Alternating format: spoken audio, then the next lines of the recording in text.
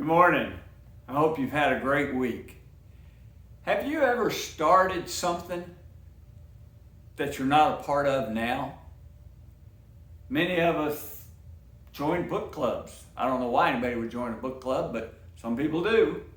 Join a fitness center, an exercise group, Weight Watchers. Lots of people join one diet or another. Maybe it was a Bible study group. Maybe you tried to learn a foreign language online, or maybe even go to class.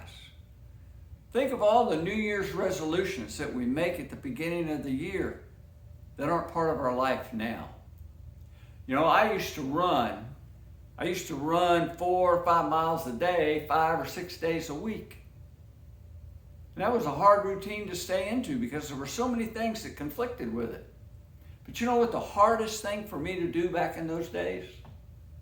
The hardest thing for me to do was to get dressed, ready to run, and out the front door. Because I would think of all kinds of reasons why I didn't need to run today.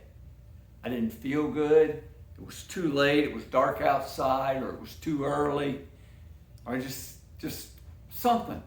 And the bad thing about that is once you make one rational decision not to do something, it's easier to come up with other reasons why you shouldn't be doing it.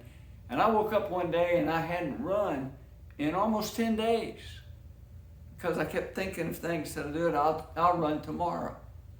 That's how we break good habits.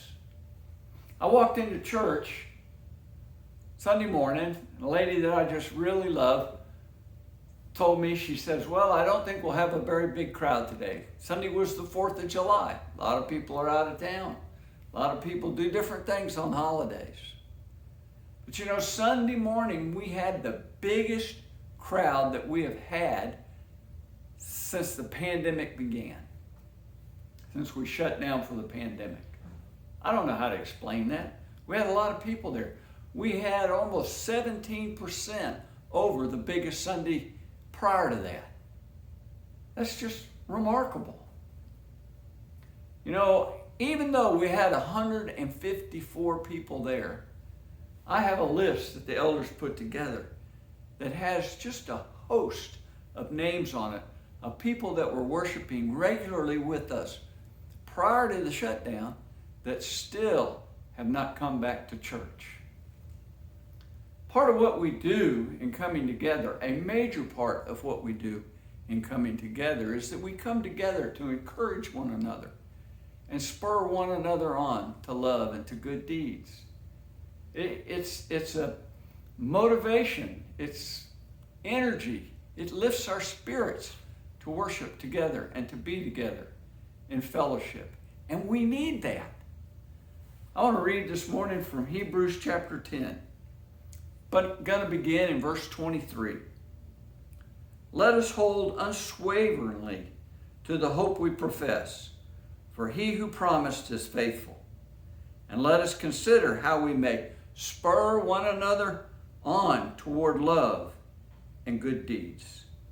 Let us not give up meeting together as some are in the habit of doing, but let us encourage one another, and all the more as you see the day approaching.